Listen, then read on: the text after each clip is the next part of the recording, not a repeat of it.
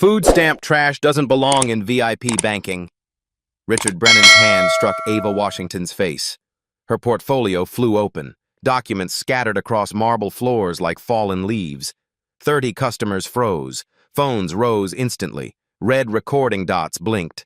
Ava's cheek blazed crimson. Her navy suit remained immaculate.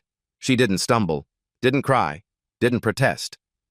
She knelt gracefully, collected scattered papers with mechanical precision, government seals, business cards. Brennan adjusted his tie, satisfaction spreading across his face. Other customers whispered. Some filmed. Others looked away in embarrassment. Ava stood slowly, brushed off her jacket, met his eyes directly. "Thank you, Mr. Brennan. You just gave me exactly what I needed." Her voice was silk, deadly calm, almost pleased. She pulled out her phone. Speed-dialed a number. Have you ever witnessed someone smile when they should be furious? The call Ava made next would cost this bank $340 million Tuesday, 2:47 p.m., First National Bank, Downtown Financial District. 10 minutes before market close, the lobby buzzed with end-of-day energy.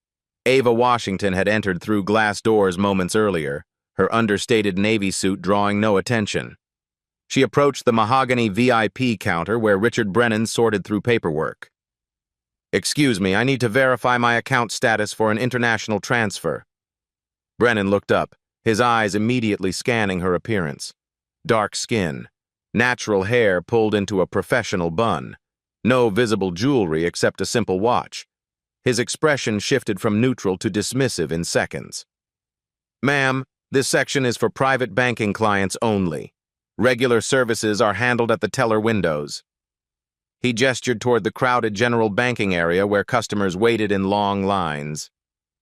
"I am a private banking client." Ava's voice remained steady, professional. Brennan's eyebrows raised in theatrical disbelief. "Private banking requires a minimum balance of $500,000. Are you certain you have the right bank?" Around them, other customers began to notice the exchange. A young mother with twin toddlers glanced over while waiting for her safety deposit box appointment.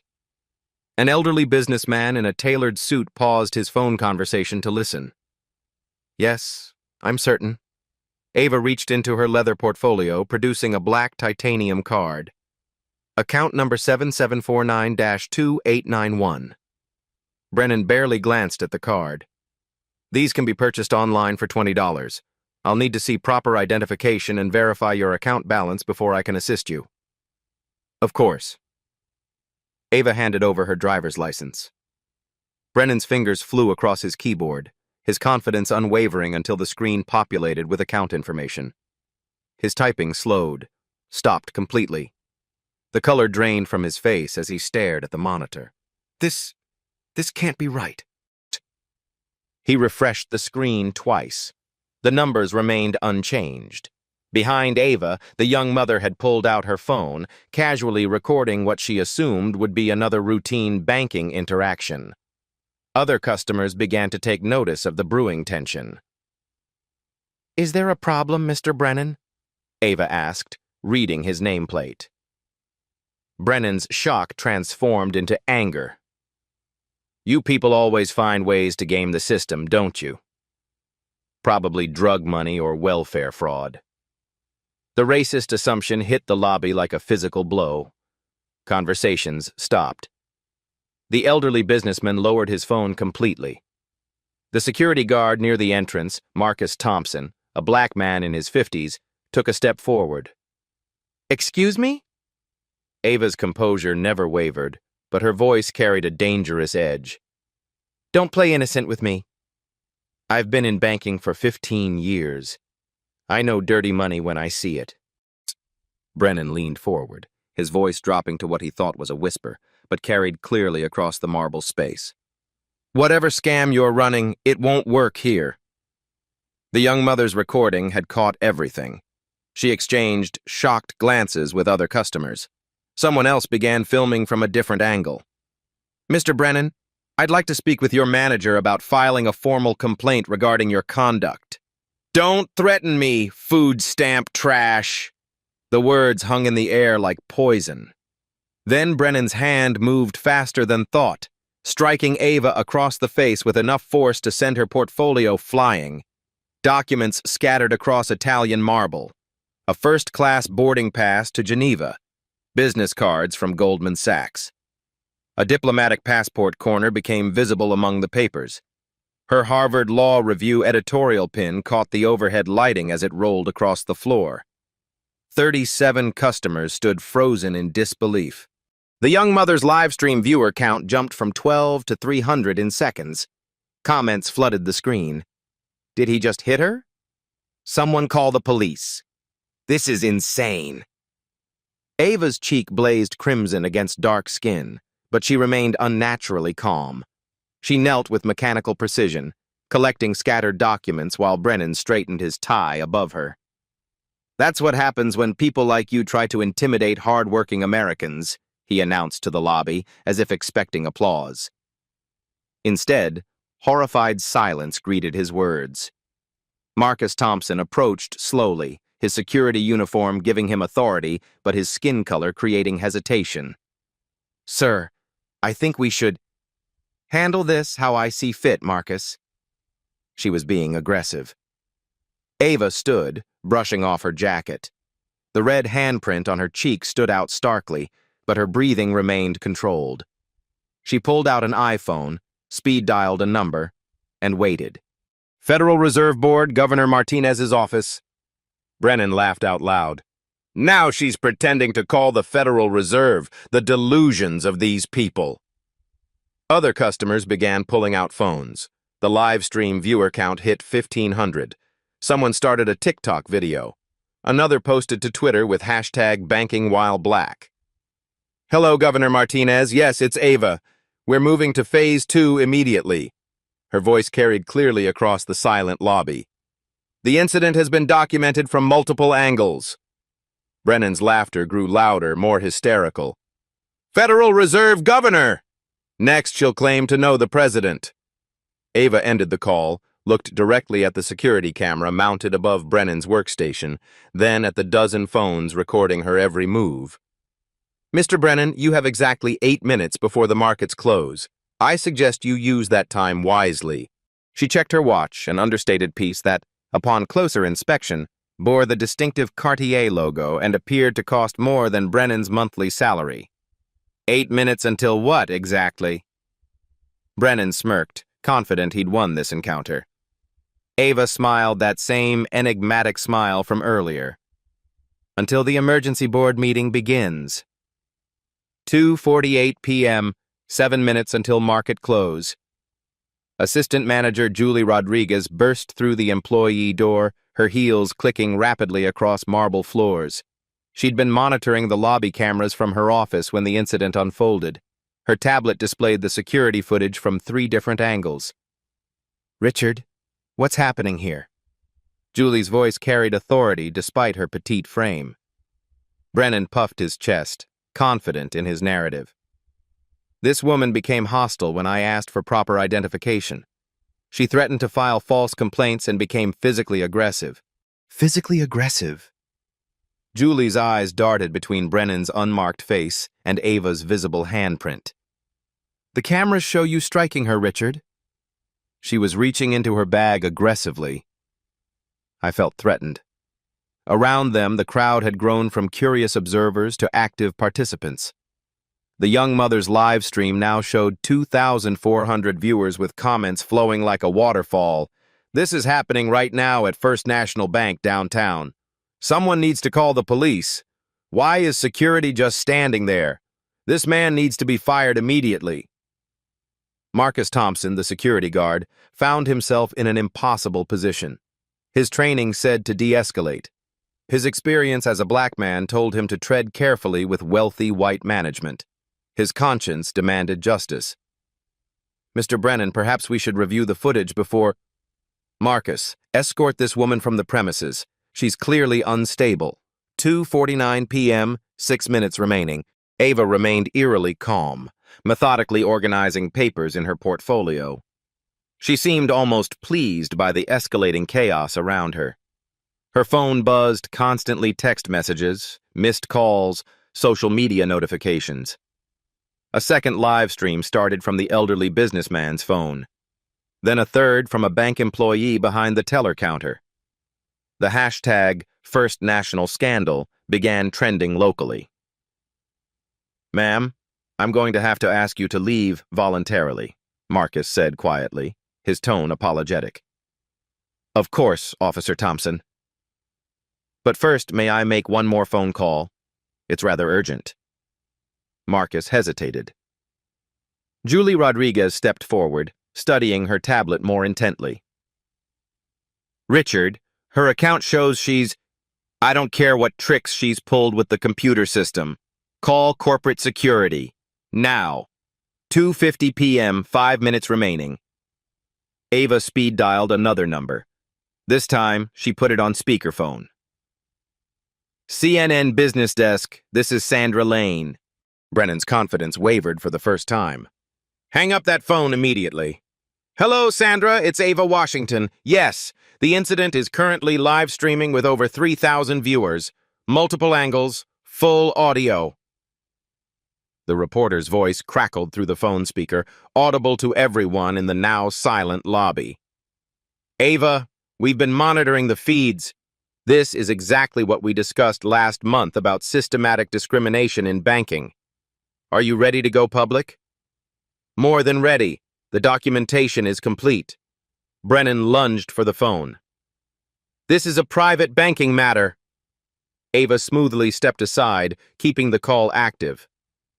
"As you can see, Sandra, the aggression continues even with multiple witnesses present. We're going live in 30 minutes with this story. Stay safe, Ava. 2:51 p.m., 4 minutes remaining." The lobby erupted in whispered conversations. More employees emerged from back offices drawn by the commotion. Julie Rodriguez pulled Brennan aside, showing him the tablet screen displaying Ava's account information. His face went ash-white. "This can't be real," he whispered. "The account is verified through 3 separate systems, Richard. You need to apologize. Now." "No." "She's scamming us somehow.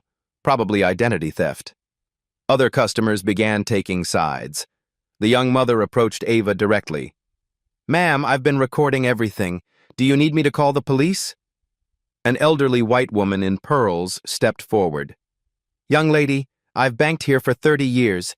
This is absolutely disgraceful behavior."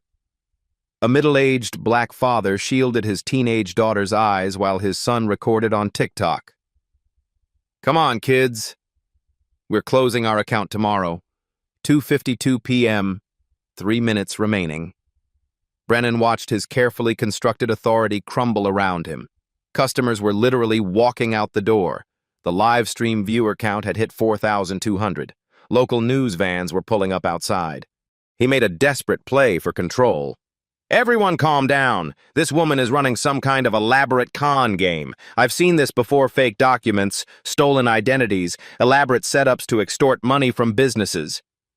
Marcus Thompson finally reached his breaking point. "Mr. Brennan, with respect, sir, you struck a customer in front of witnesses. That's assault." "Whose side are you on, Marcus? Do you want to keep your job?" The threat hung in the air like smoke. Marcus's jaw tightened, but years of navigating workplace racism had taught him caution. Ava watched the exchange with clinical interest, as if she were observing a fascinating social experiment rather than being the victim of it. 2:53 p.m., 2 minutes remaining. Her phone rang again. This time, the caller ID was clearly visible to nearby customers. Washington Post, Financial Desk. "Hello, David. Yes, the live documentation is proceeding exactly as planned." She paused, listening. "That's correct. 15 years of systematic discrimination patterns. All documented, all verified."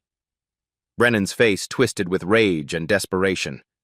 "Enough of this charade!" Security. 3 additional security personnel entered the lobby, responding to Marcus's earlier call to the central office. They looked confused by the scene, dozens of customers with phones out, a woman with a clear handprint on her face speaking calmly to national media, and their branch manager shouting incoherently. The head of security, Captain Rodriguez, no relation to Julie, approached cautiously. "Ma'am, we need to ask you to end your call and come with us for questioning." Ava nodded politely. "Certainly, Captain." "One moment, please." She turned back to her phone. "David, you have everything you need. The story goes live in 15 minutes regardless of what happens to me here." She ended the call and looked around the lobby. Every face was turned toward her, phones recorded from every angle. The live stream viewers had jumped to over 6,000. 2:54 p.m., 1 minute until market close.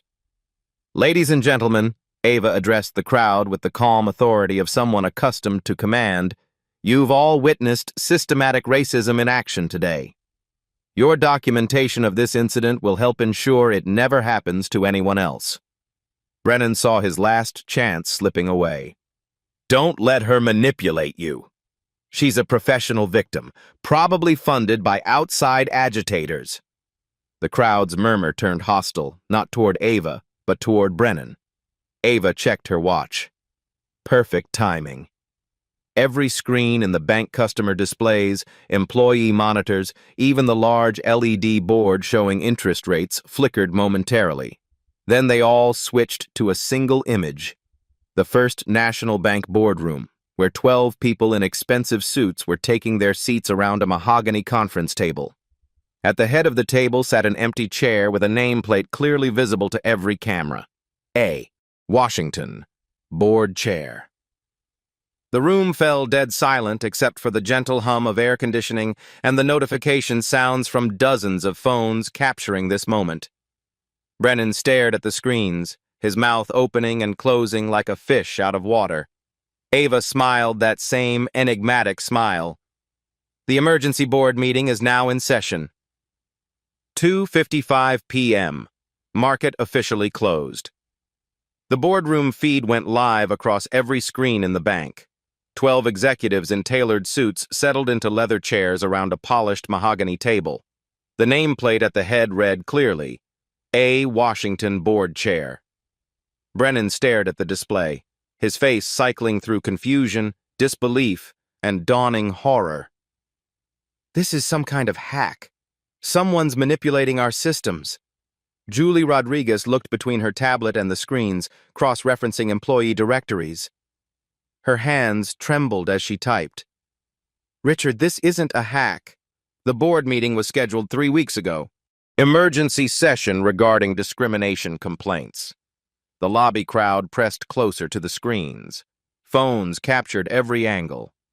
The live stream comments exploded. "Is that woman the CEO? Someone Google her name now. This is insane. She owns the bank? Plot twist of the century." On screen, a distinguished woman with silver hair leaned toward the camera. "Good afternoon. I'm Margaret Walsh, Chief Executive Officer. We're waiting for our board chair to join us. She's currently conducting field research." Ava calmly walked to the customer service desk, opened her laptop, and connected to the bank's secure Wi-Fi.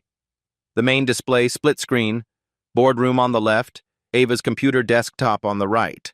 Her screen showed files labeled First National, Discrimination Documentation, Pattern Analysis 2020 to 2025, Federal Compliance Violations, and Class Action Preparation. "Impossible," Brennan whispered, but his voice cracked. Ava clicked open a video file. Security footage from the last 6 months played in fast forward. Brennan dismissing black customers, directing them away from VIP services, making dismissive comments to colleagues about those people. Marcus Thompson recognized several incidents. His jaw clenched as he watched himself following orders he'd known were wrong.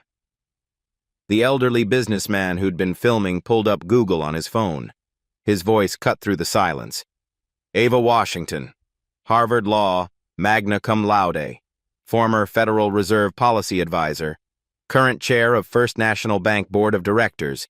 Net worth estimated at $2.8 billion. A collective gasp rippled through the lobby. She also serves on the UN Human Rights Council and teaches civil rights law at Georgetown, the man continued reading. Holy hell! Brennan's legs buckled. He grabbed the counter for support. No, this is impossible. She's black? Ava's voice was silk over steel. Is that what you were going to say, Mr. Brennan? Julie Rodriguez stepped away from Brennan, her loyalty evaporating in real time. Ma'am, I am so deeply sorry. I had no idea. You weren't supposed to know, Ms. Rodriguez. This was a planned assessment of our branch's compliance with federal anti-discrimination laws. Ava's fingers moved across her laptop keyboard. We've been monitoring this location for 18 months. The screen displayed a detailed spreadsheet. Dates, times, customer demographics, service disparities, staff behavior patterns. Brennan's name appeared highlighted in red across dozens of entries. Every interaction is recorded, every bias is documented, every violation cataloged. On the live stream, viewer count hit 12,000. Major news outlets began picking up the feed. Hashtag Ava Washington started trending nationally. Captain Rodriguez, the head of security, removed his cap. Ma'am, we had no knowledge of your identity or position. Had we known ... Had you known I was powerful, you would have treated me differently. Ava's statement hung in the air like an indictment. That's exactly the problem we're here to solve. She turned to address the crowd directly, her voice carrying the authority of someone accustomed to boardrooms and congressional hearings. For 18 months, I visited this branch in different disguises. Sometimes I dressed expensively and received excellent service. Other times I dressed modestly and faced discrimination. The pattern was clear and documented. Marcus Thompson found his voice. Ma'am, I want you to know I never supported. Officer Thompson, you're not implicated in the discriminatory practices.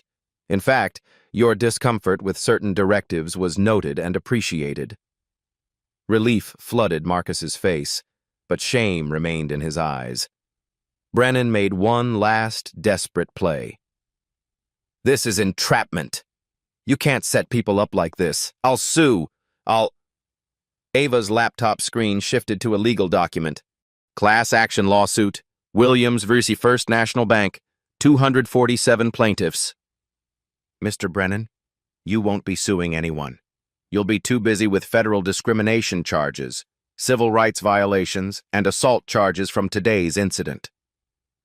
The boardroom feed showed CEO Walsh checking her watch. Ms. Washington should be joining us at any moment. Today's incident represents exactly why this emergency session was necessary. Ava closed her laptop and walked toward the security cameras. She looked directly into the lens, addressing not just the lobby but the thousands watching online. Discrimination thrives in shadows. Today, we turned on the lights. Her phone buzzed with a text message from someone labeled Fed Chair Martinez. Watching the live stream. Beautifully executed. Call me tomorrow. She showed the message to the nearest phone camera, letting viewers see the Federal Reserve Chairman's contact information and personal endorsement. Brennan slumped against the wall, the full weight of his situation finally hitting him. My career. My family. I didn't know. You didn't know because you never asked. You assumed, you judged, you were discriminated against. Ava's voice carried no anger, only cold facts. But now you know exactly who I am. She picked up her portfolio, now neatly reorganized, and walked toward the exit. Every phone in the lobby tracked her movement. At the door, she turned back one final time. The emergency board meeting begins in 30 seconds. Mr. Brennan, I believe you have a conference room upstairs where you can watch your termination proceedings. Ms. Rodriguez, please escort him. The automatic doors opened. Afternoon sunlight streamed in behind her, creating an almost ethereal silhouette. Oh, and Mr. Brennan? Her voice carried clearly across the marble lobby. Thank you for the slap. It provided the perfect opening scene for the documentary. She stepped outside where a black Mercedes waited, its diplomatic license plates clearly visible to every camera capturing her exit. The lobby remained frozen in stunned silence until the sound of her car pulling away broke the spell. On every screen in the bank, the emergency board meeting began with CEO Walsh's voice. This session is called to order. First item, immediate termination of branch manager Richard Brennan for cause. 3 p.m., emergency board session live feed. The bank's main display screens transformed into a corporate war room. CEO Margaret Walsh sat at the head of a mahogany conference table, surrounded by 12 board members in tailored suits. Real-time financial data crawled across the bottom of every screen like a digital heartbeat. First National Bank shares had plummeted 18% in 12 minutes, obliterating $427 million in market capitalization. Ladies and gentlemen, Walsh's voice carried through the marble lobby with crystalline clarity. The incident currently viral across social media platforms represents a catastrophic failure at our downtown branch. Chair Washington has documented 847 separate discriminatory interactions spanning 18 months of systematic investigation. Julie Rodriguez stood frozen near the teller counter, her tablet displaying a cascade of financial devastation in real time. Customer complaint calls flooded their online portal at a rate of 43 per minute. The bank's main phone system had crashed under volume. 3 Fortune 500 corporate clients had already contacted senior management about transferring their multi-million-dollar accounts to competitor institutions. Brennan slumped in a leather chair near the foreign exchange desk, watching his 15-year career disintegrate in high-definition clarity. Marcus Thompson maintained his security post but kept glancing at the screens, witnessing corporate justice unfold at levels far above his pay grade. The live stream commentary had evolved from shocked gasps to insider revelations. Banking employees from other branches began posting damning testimonials. I've witnessed Brennan's discriminatory behavior at 3 regional management meetings. Multiple HR complaints were filed against him last year, all mysteriously dismissed. This isn't his first racist incident, just the first one captured on video. Our branch received diversity training because of his complaints from minority customers. Corporate Financial Impact Analysis Board member Thomas Carter, the bank's chief financial officer, presented devastating metrics with the precision of a surgeon delivering terminal diagnosis results. Current stock price has stabilized temporarily at $47.23, down from this morning's opening of $57.60. Trading volume has spiked 1,247% above normal levels, indicating massive institutional investor panic. BlackRock, Vanguard, and State Street have all demanded emergency conference calls within the next 2 hours. He clicked to the next slide, displaying social media analytics in stark red numbers. Cross-platform video engagement. 847,000 views in the first hour, growing exponentially. TikTok alone shows 312,000 shares. Negative sentiment analysis indicates 94% unfavorable coverage across all monitored platforms. Number First national scandal is currently trending in 23 major metropolitan markets. The young mother who had initiated the live stream addressed remaining customers with growing confidence. My personal stream has reached 31,000 concurrent viewers. CNN just contacted me for exclusive interview rights. This story is going global. Walsh continued from the boardroom, her expression grave. Legal department assessment projects, potential liability exposure of $89 million in class action discrimination lawsuits. The Department of Justice Civil Rights Division contacted our general counsel 47 minutes ago regarding immediate federal investigation protocols. Brennan's remaining color drained from his face. Federal investigation transcended corporate consequences. This meant potential personal criminal charges, prison time, and permanent destruction of his professional reputation across the entire financial services industry. The ultimatum delivered. At precisely 3:03 p.m., Ava Washington's voice joined the board conference call. her words broadcasting simultaneously through the lobby's sound system and to thousands of online viewers. Mr. Brennan is present and can hear these proceedings, I assume? Excellent. Here are the non-negotiable terms for avoiding complete institutional collapse. Every screen in the bank displayed a comprehensive three-tier ultimatum with military precision. Immediate actions. Next 15 minutes. Termination of Richard P. Brennan for cause, forfeiting all severance packages, pension benefits, and stock options. Professionally produced public video apology recorded and distributed across all corporate social media channels, $250,000 emergency donation to NAACP Legal Defense Fund within 24 hours. Complete cooperation with federal discrimination investigation, including surrendering all personnel files, security footage, and internal communications. 30-day implementation requirements. Mandatory unconscious bias training for all 2,847 bank employees across 156 branch locations. Installation of AI-powered customer service monitoring system with real-time discrimination detection capabilities. Formation of diverse hiring committee with absolute veto power over all management appointments. Establishment of community advisory board with quarterly oversight authority and subpoena power. Third-party audit of all lending decisions from the past 5 years. Long-term structural transformation. Creation of $5 million revolving fund dedicated exclusively to minority small business loans at below-market interest rates. Executive compensation directly tied to measurable diversity. Progress metrics with quarterly performance reviews. Formal partnership agreements with Howard University, Spelman College, and Morehouse College for management trainee pipeline programs. Implementation of zero-tolerance policy, mandating automatic termination for any discriminatory behavior.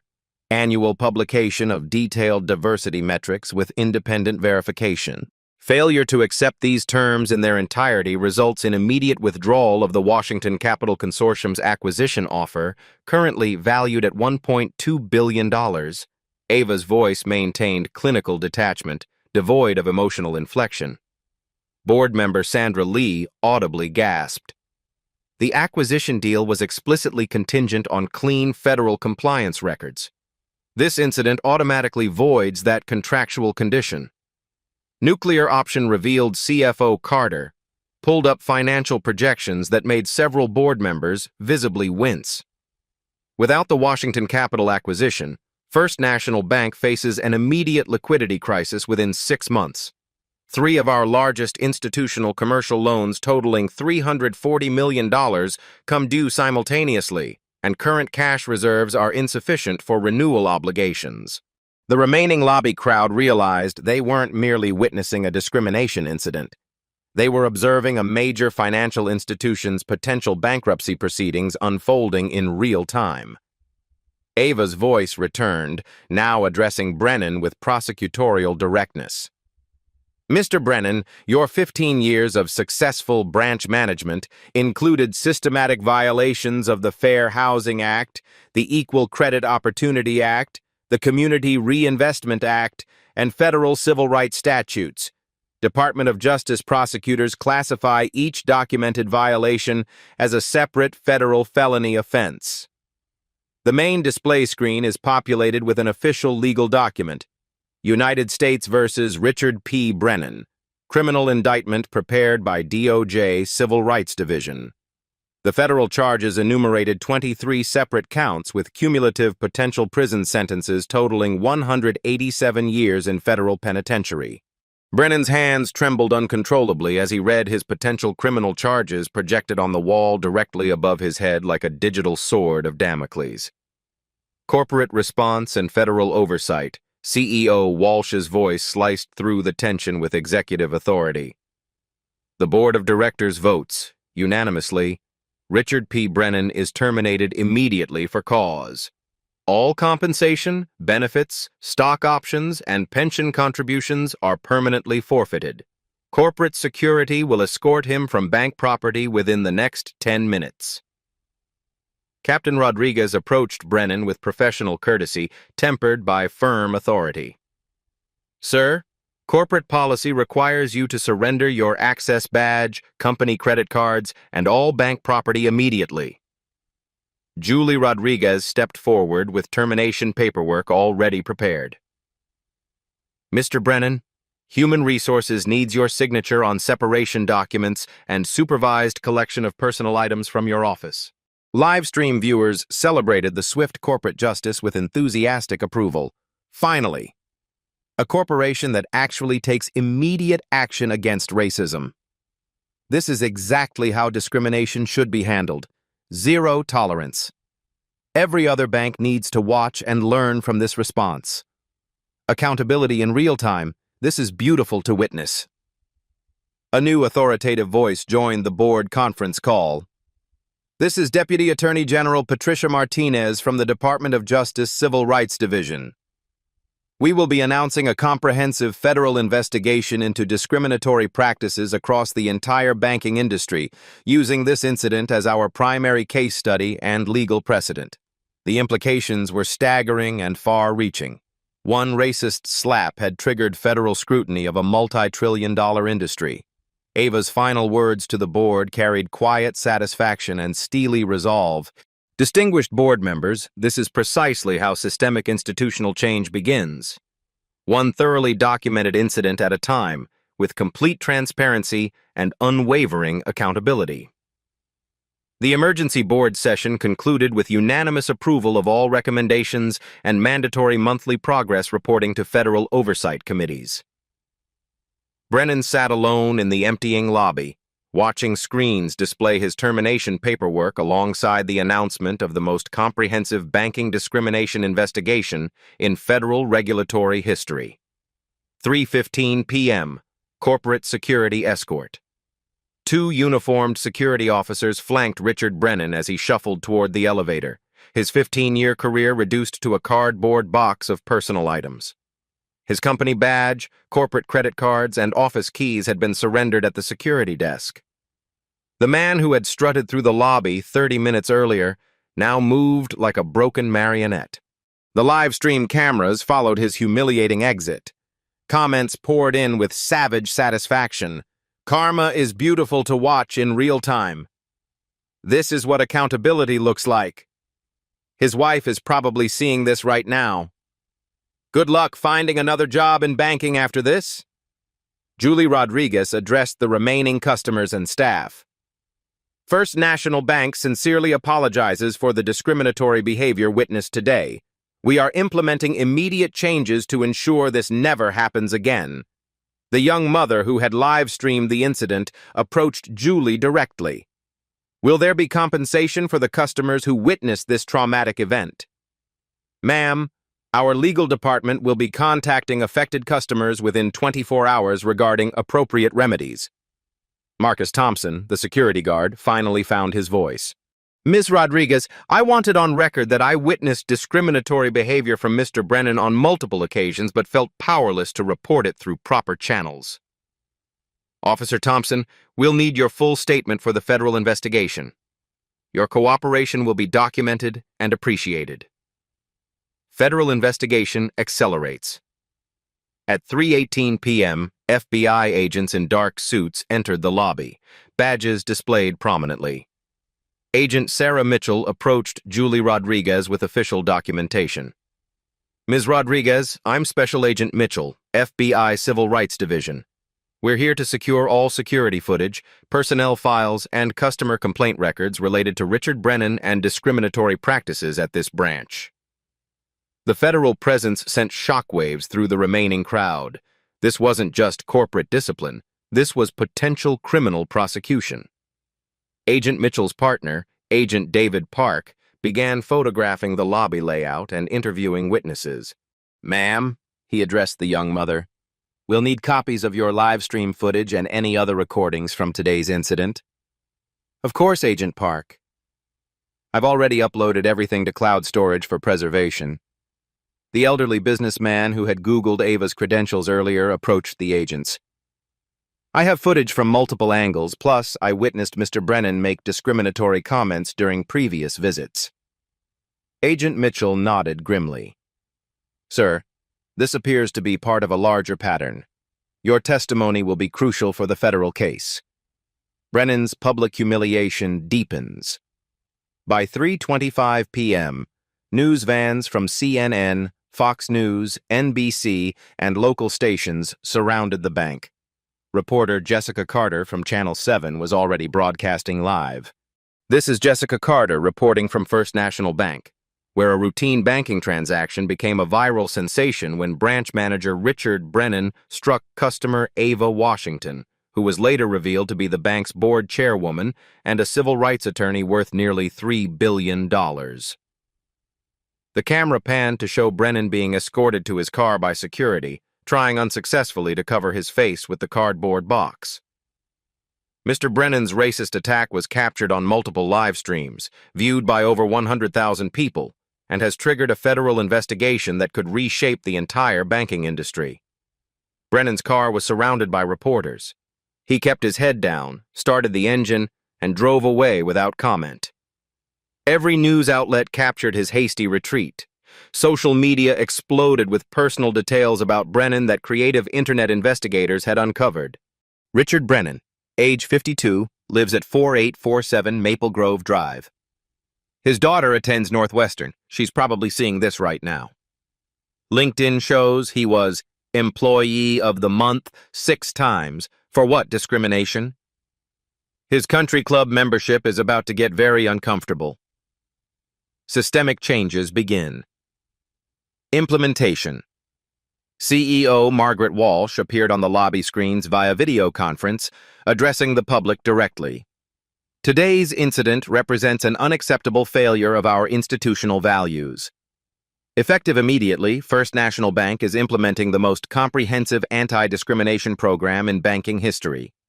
She outlined specific changes with precise timelines. Immediate implementation. Next 48 hours. AI-powered monitoring system installation begins at all. 156 branches.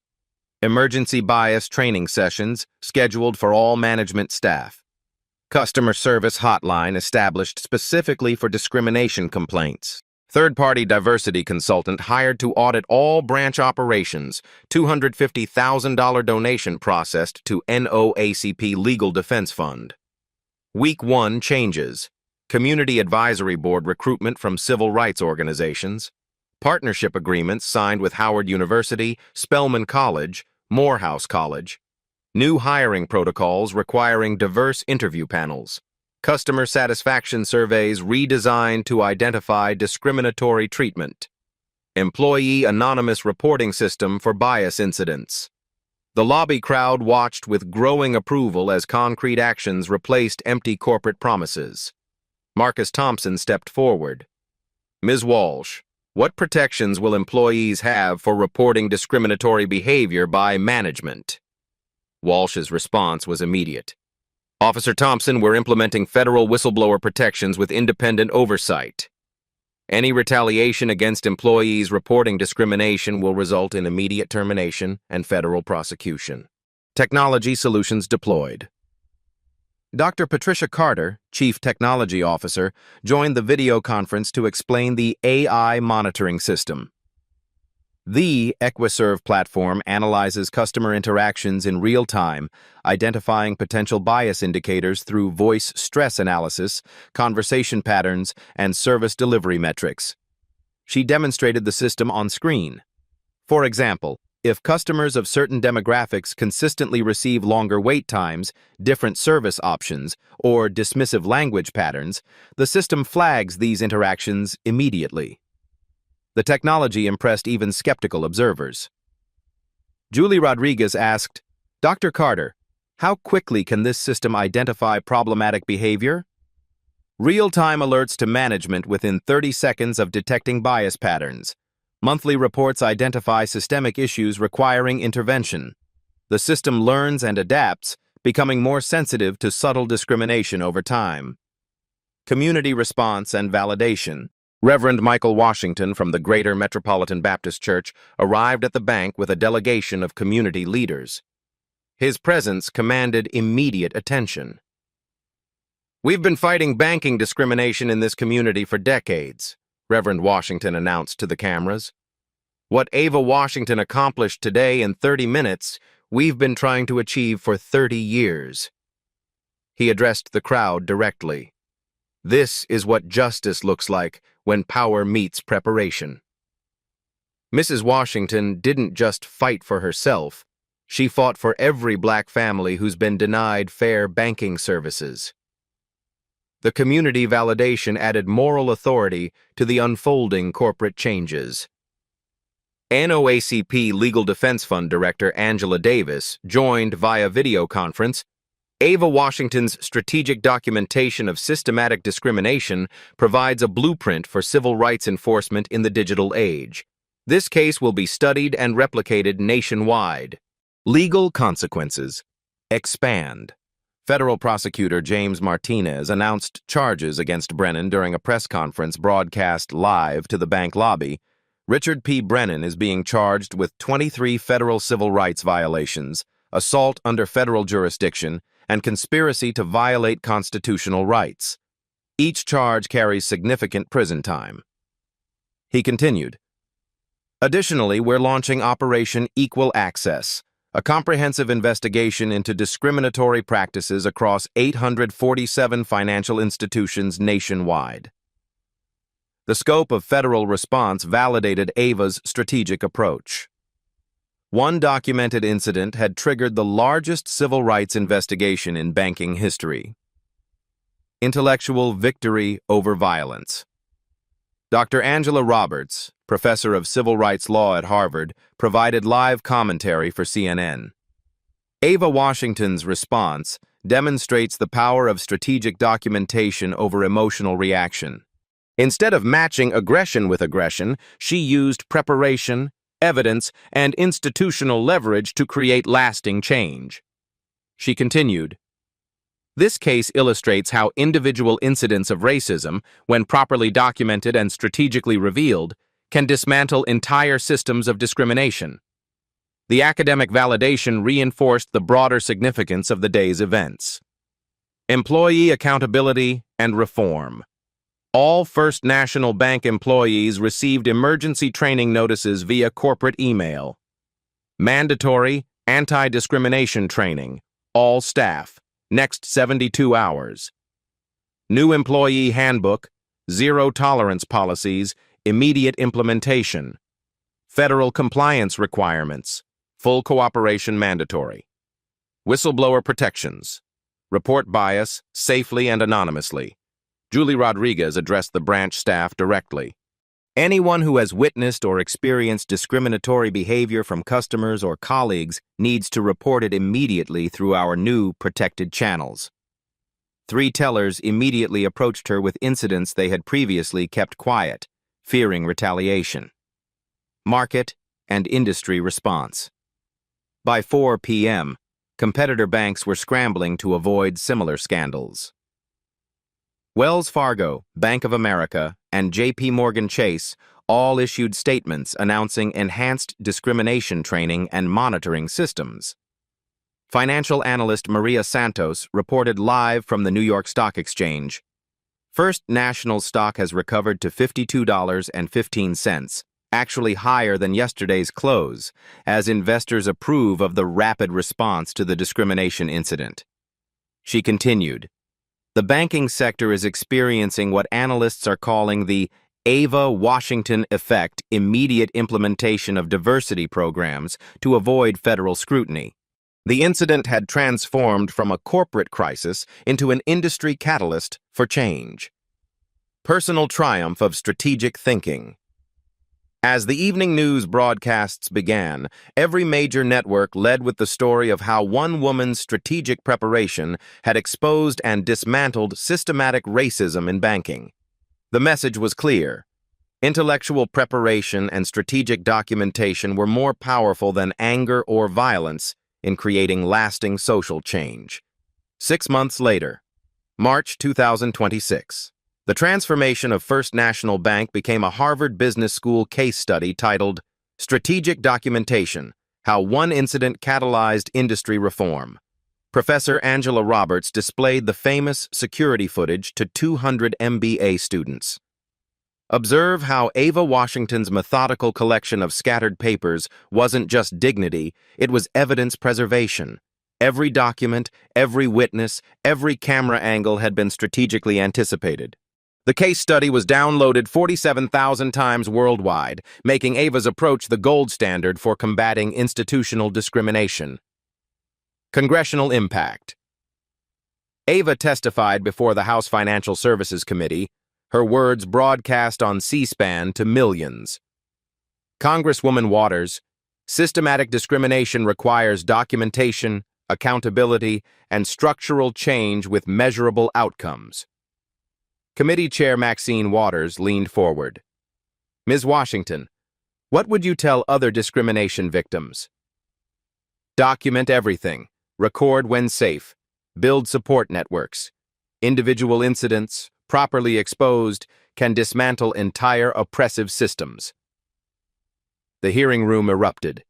C-SPAN reached 2.3 million viewers, unprecedented for banking regulation.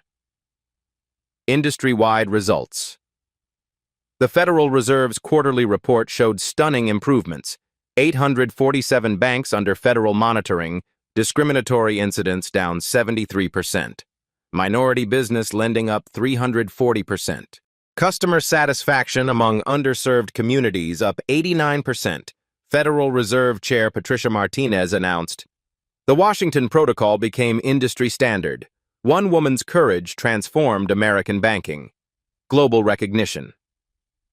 The UN appointed Ava as Special Rapporteur on Financial Discrimination.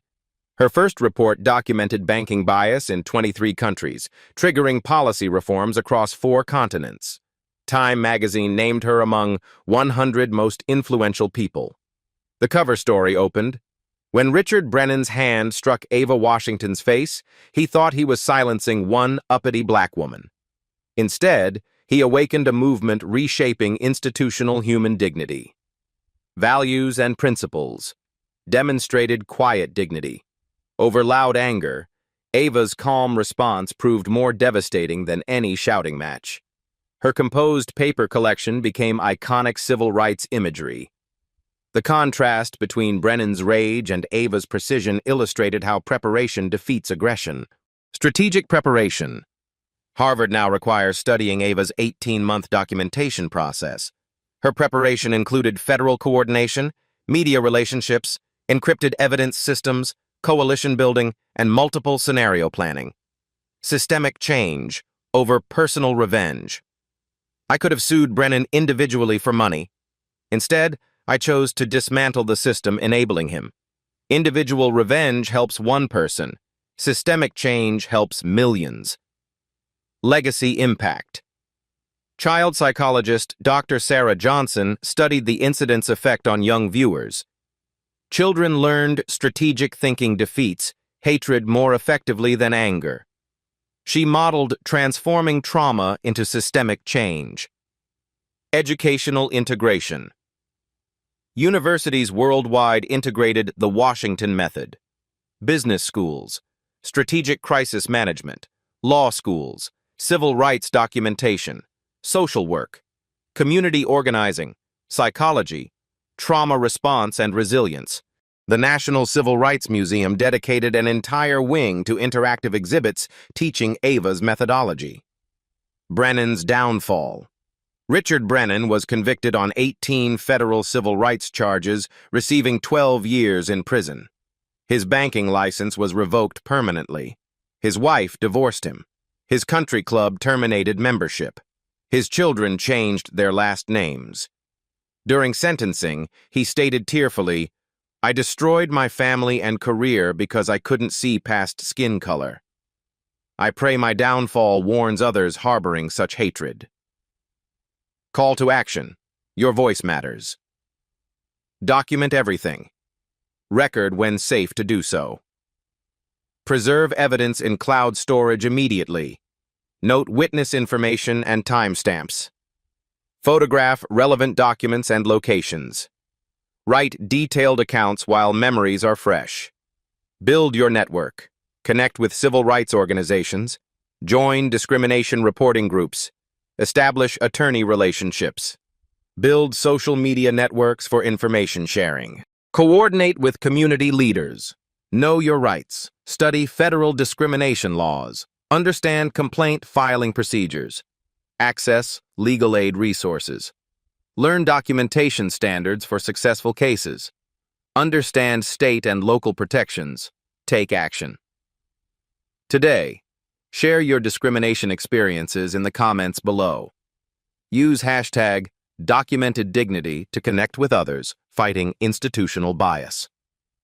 Subscribe to our Black Stories for more examples of strategic activism creating lasting change. Support. Systemic change. Vote for leaders supporting civil rights enforcement. Support minority-owned businesses and banks. Attend community meetings addressing discrimination. Donate to legal defense organizations. Mentor others facing institutional bias. Educational resources. Download our free PDF, The Washington Method, a step-by-step guide to fighting discrimination. Join monthly webinars with civil rights attorneys. Access templates for filing complaints with federal agencies. Community building. Join our private Facebook group, Strategic Activism Network, with 89,000 members sharing resources, legal updates, and success stories. Connect with local chapters, organizing discrimination documentation training. Final inspiration. Ava Washington's story proves preparation meeting opportunity can topple entrenched systems. She didn't just defend herself, she defended every person entering that bank afterward. Your dignity has immeasurable value. Your experiences create change. Your voice matters when strategically amplified. The question isn't whether discrimination exists, it's what we do when witnessing it. If this story inspired you, subscribe and share with someone needing to hear Ava's message. Together, we're not just telling stories, we're documenting history and creating justice. Your comment below might encourage someone facing discrimination today. Your share could reach the next person who needs strategic guidance. Your subscription supports more stories of quiet courage changing our world. Remember Ava's lesson. The most powerful response to hatred isn't matching their energy. It's strategically dismantling their ability to harm others. Subscribe to our Black Stories. Ring the notification bell. Share this message. The movement continues with you.